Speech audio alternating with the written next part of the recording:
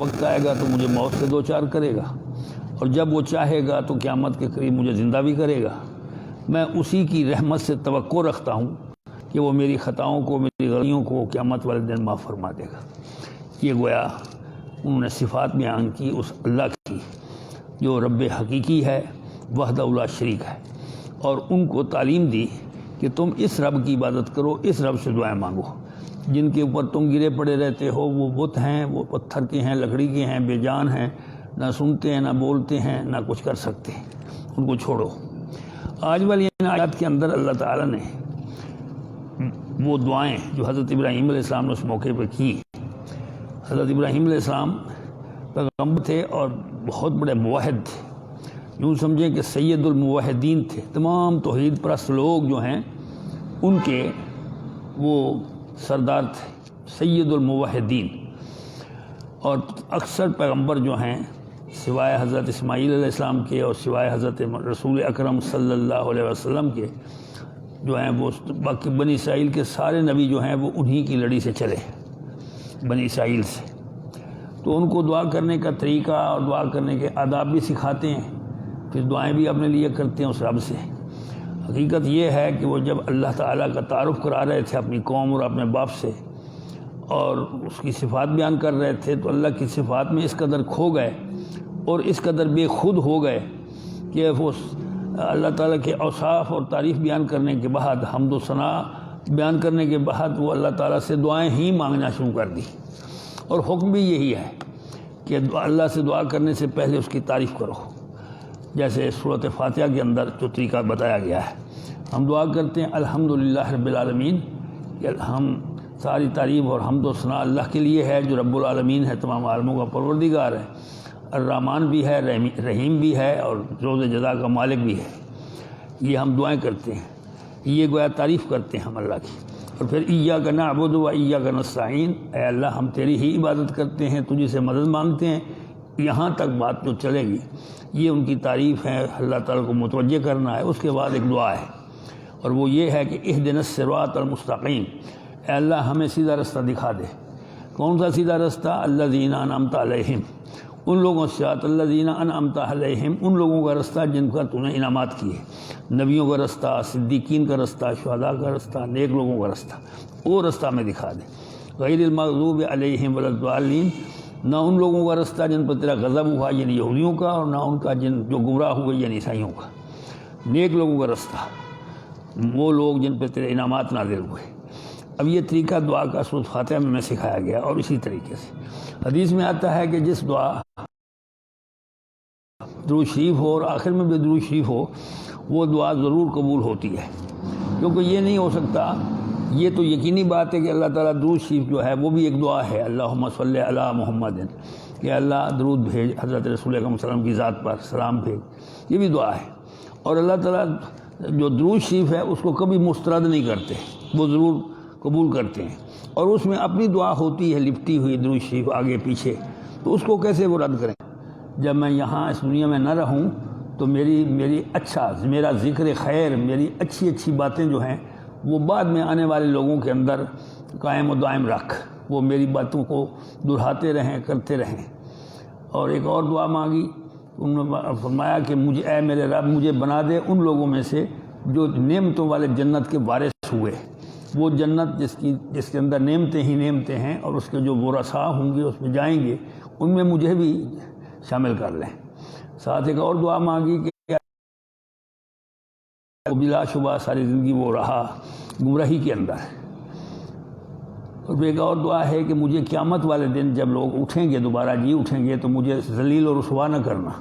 یہ آخرت کے لیے دعا ہے، اور وہ دن ایسا ہولناک ہوگا، اللہ تعالیٰ فرماتے ہیں کہ وہ ایسا ہولناک ہوگا کہ اس دن نہ تو ہمارا دنیاوی مال کو کام آئے گا ہمارے، اور نہ ہمارے بیٹے کام آئیں گے۔ دنیا کے اندر بیٹے بھی کام، شرک، کفر، بدعت، حسد، بغض، اناد اور اس قسم کے جو اسلام کے اندر جن کو روکا گیا ہے کہ یہ جذبات اپنے دل میں نہ رکھو، ان میں سے کوئی بھی ان کے دل میں نہیں ہوگا۔ ان کا دل نروگا ہوگا، نروگا۔ روگ جانتے ہیں، روگ نہ بیماری ہوتا ہے، اور نروگا اس کو کہتے ہیں جس کو کوئی بیماری نہ ہو، اور جس میں بیماری اس کو روگی کہتے ہیں۔ تو روگی دل کے ساتھ وہ نہیں آئیں گے، بلکہ نروگا دل لے کر اللہ کے حضور آئیں گے۔ کوئی ان کا گناہ جو ہے، کوئی ان کا میل کچیل کوئی نہیں ہوں گی، اللہ ان کو پاک صاف رکھے گا، بڑی صالحانہ زندگی بسر کی ہوگی، اس کو فائدہ ہوگا۔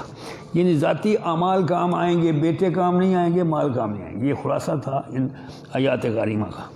فرماتے ہیں ربے سے بات شروع ہوتی ہے۔ ربے کا معنی اے میرے رب، یہ میں ربی تھا اور اس کی یہ گر گئی اور اس کی زیر باقی ہے۔ تو اے میرے رب، حب لی، حب فعل امر ہے، عطا کر، یہ وہبہ یہبہ سو ہے، یہ ملا دے بالصالحین، نیک لوگوں کے زمرے میں، جو نیک لوگ صالحین ہیں ان میں مجھے بھی شامل کر دے۔ اب یہ صالحین کون ہیں؟ یہ اعمال صالحہ کرنے والے ہیں، جو گناہوں سے بچنے والے ہیں، اللہ اور اللہ کے رسول کے احکام کی پابندی کرنے والے صالحین کہلاتے ہیں۔ اللہ کی نے قرآن مجید میں 4 درجے جنت میں جانے والوں کو بیان کیے ہیں۔ ٹاپ پر انبیاء اور رسول ہیں، تمام جنت میں جائیں گے۔ دوسرے نمبر پر صدیقین ہیں، سچے، اور تیسرے نمبر پر شہداء، جنہوں نے اپنی جانیں اللہ کے راستے میں قربان کر دی، وہ شہداء بھی جنت میں جائیں گے۔ چوتھے نمبر پر صالحین ہیں، اور صالحین جو ہیں یہ چوتھا درجہ ہے۔ یہ وہ لوگ ہیں جن کی نیکیاں زیادہ ہوں گی اور جنہوں نے اللہ کے احکام کی پابندی کی ہوگی، اور اللہ تعالیٰ نے جن کاموں سے روکا ہے یعنی نواہی سے انہوں نے اجتناب کیا ہوگا، رکے ہوں گے، اور ایک صالحانہ مومنانہ مطیع مقام بھی حاصل نہیں کر سکے، اور جو نبوت و رسالت پر دروازہ بند ہو گیا، صدیق بھی نہیں ہیں اور اس کے ساتھ ساتھ شہداء بھی نہیں ہیں، تو وہ صالحین میں زیادہ ہو سکتے ہیں لیکن جنت میں جائیں گے۔ تو حضرت ابراہیم علیہ السلام دعا کر رہے ہیں کہ اے میرے رب مجھے ملا دے ان صالحین کا طبقہ ہے، صالحین کا زمرہ ہے، اس لائن میں مجھے بھی شامل کر دے، کیونکہ ان 4 لوگوں نے، 4 قسم کے لوگوں نے جنت میں جانا ہی جانا ہے۔ پھر دعا کرتے ہیں وجعل لی، اے میرے رب مجھے بنا دے، اجعل بنا دے، لی میرے لیے، لسان صدق، صدق کی زبان، صدق کا ذکر، سچائی کا ذکر، لسان زبان کو کہتے ہیں صدق۔ فی الآخرین، آخر کہتے ہیں آخرین، آخر قریب ملت ابراہیمیہ پر چلتے ہی ہیں۔ اللہ تعالیٰ کا حکم ہوا نبی اکرم صلی اللہ علیہ وآلہ وسلم کو قرآن مجید میں، ثم اوحینا الیک، اے پیغمبر بلا شبہ ہم نے آپ کی طرف وحی کی، ثم اوحینا الیک، پھر ہم نے آپ کی طرف وحی کی، کیا کہ ان اتبع ملت ابراہیم حنیفہ، کہ آپ ملت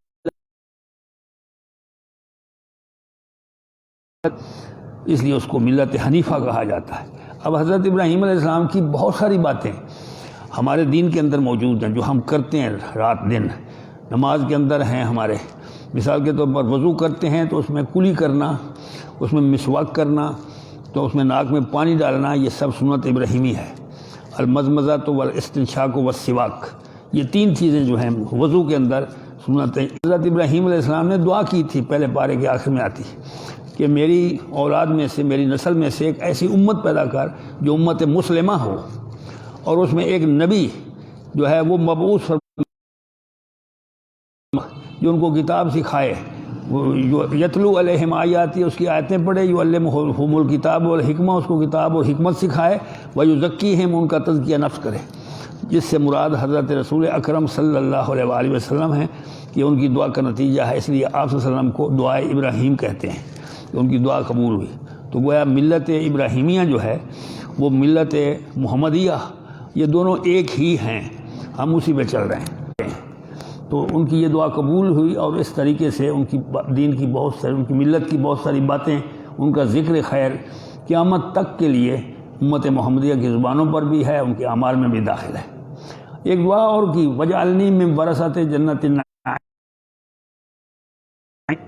ان لوگوں میں سے جو نعمتوں والے جنت کے وارث ہیں۔ ورثہ، یہ وارث کی جمع ہے، جیسے طالب کی جمع طلبہ ہوتی ہے، ایسی وارث کی جمع ورثہ ہے۔ جنت آپ جانتے ہیں نعیم، نعمتوں والا، یعنی نعمتوں والا جنت جو ہے، جو نعمتوں سے پر ہے، نعمتوں سے لبریز ہے، جہاں طرح طرح کی انواع اقسام کی نعمتیں ہوں گی اہل جنت کے لیے، ان کے جو وارث بنیں گے، ان وارثوں میں مجھے بھی بنا دے۔ اب یہ وارث کون ہے؟ میں آیا، لیکن وہ جو تھا آزر، وہ کسی بات پہ نہیں آیا۔ ابراہیم علیہ السلام کو اس نے کچھ نہ سمجھا، کوئی اہمیت نہ دی، اس کی تعلیمات، اس کی دعوت پر کان نہ دھرے، اور برابر شرک کا ارتکاب کرتا رہا، بلکہ دھمکا دیا کہ اگر تمہیں باتوں سے باز نہیں آئے گا تو میں تمہیں سنسار کر دوں گا، کیونکہ وہ نمرود کا مقرب تھا تو حکم دیتا تو سنسار کر دینا تھا انہیں، تو یا پھر میرے گھر کو چھوڑ کر نکل جا۔ حضرت ابراہیم علیہ السلام نے ان کے گھر کو چھوڑ دیا اور جاتے ہوئے سلام مطارقت جس کو کہتے ہیں، ایسا سلام جو گھر چھوڑ انہوں نے کیا تھا، اچھا تو وہ سلام مطارقت کر کے چلے گئے، اور ساتھ ہی وعدہ کیا کہ میں آپ کے لیے دعا کرتا رہوں گا آپ کی ہدایت کی۔ لیکن جب انہیں معلوم ہو گیا اللہ تعالیٰ کی طرف سے کہ ان کا باپ جو ہے وہ سیدھے راستے پہ آنے کا نہیں ہے، وہ شرک کو چھوڑ کر توحید اپنانے کا نہیں ہے، اور وہ دستور اسی ڈگر پہ چل رہا ہے اور وہ مر بھی گیا ہے، تو اس کے بعد اللہ تعالیٰ نے حضرت ابراہیم علیہ السلام کو منع فرما دیا، کیونکہ اس کی قسمت میں ہدارے تھے، تو وہ ان کے لیے ان کی مغفرت کی دعا کرتے تھے۔ ایمان تو نہیں لائے تھے لیکن مغفرت کی دعا۔ تو قرآن مجید میں اسی سورۃ توبہ کے اندر ہی یہ حکم نازل کر دیا گیا کہ ما کان للنبی ہے والذین آمنوا، کہ نبی کے لیے اور اہل ایمان کو یہ بات ریب نہیں دیتی، یہ نبی اور اہل ایمان کے شان نہیں ہے، ان یستغفروا، کہ مشرکوں کے لیے مغفرت کی دعا کریں، روک دیا گیا۔ اور وہ کون مشرکین ہیں؟ الذین ولو کانوا اولی قربا، چاہے وہ ان کے قریبی رشتہ داری کیوں نہ ہوں، یعنی باپ ہوں، دادا ہوں، ماں ہوں، یعنی جو قریبی رشتہ دار ہے وہی کیوں نہ ہوں لیکن ہیں مشرک، ان کی دعا مت کریں۔ من بعد ما تبین لہم، اس کے بعد کہ جب ان پر یہ بات کھل کر سامنے آ گئی کہ انہم اصحاب الجحیم، کہ وہ جنت میں وہ جہنم میں جانے والے ہیں، جہیم میں جانے والے ہیں، سورۃ توبہ 11ویں پارے کے اندر۔ تو یہ یہاں دعا کی جا رہی واغفر لأبی، کہ میرے باپ کو بھی بخش دے، انہ کان من الضالین، وہ گمراہوں میں سے تھا۔ ہاں کافر کے لیے ہدایت کی دعا کی جا سکتی، بخشش کی نہیں، ہدایت، کہ اللہ تعالیٰ اس کو ہدایت دے، سیدھے راستے پہ چلائے۔ مشرک کے لیے دعا کی جا سکتی، اللہ تعالیٰ اسے ہدایت دے، ہدایت کافر ہے، لیکن بخشش کے نہیں، بخشش تو مسلمانوں کے لیے ہوتی ہے، مشرک اور کفر کے لیے، کافر کے لیے ہوتی نہیں ہے۔ یہ بات مسئلے کی تھی۔ آگے فرمایا ولا تخزینی، اور مجھے ذلیل نہ کرنا اللہ تعالیٰ سے، لا تخزنی، اخزا یخزی اخزاء کا معنی ذلیل کرنا، رسوا کرنا، خزی کا معنی رسوائی، ذلت۔ لا تخزنی، مجھے ذلیل نہ کرنا، یوم یبعثون، اس دن جب لوگ جو قبروں سے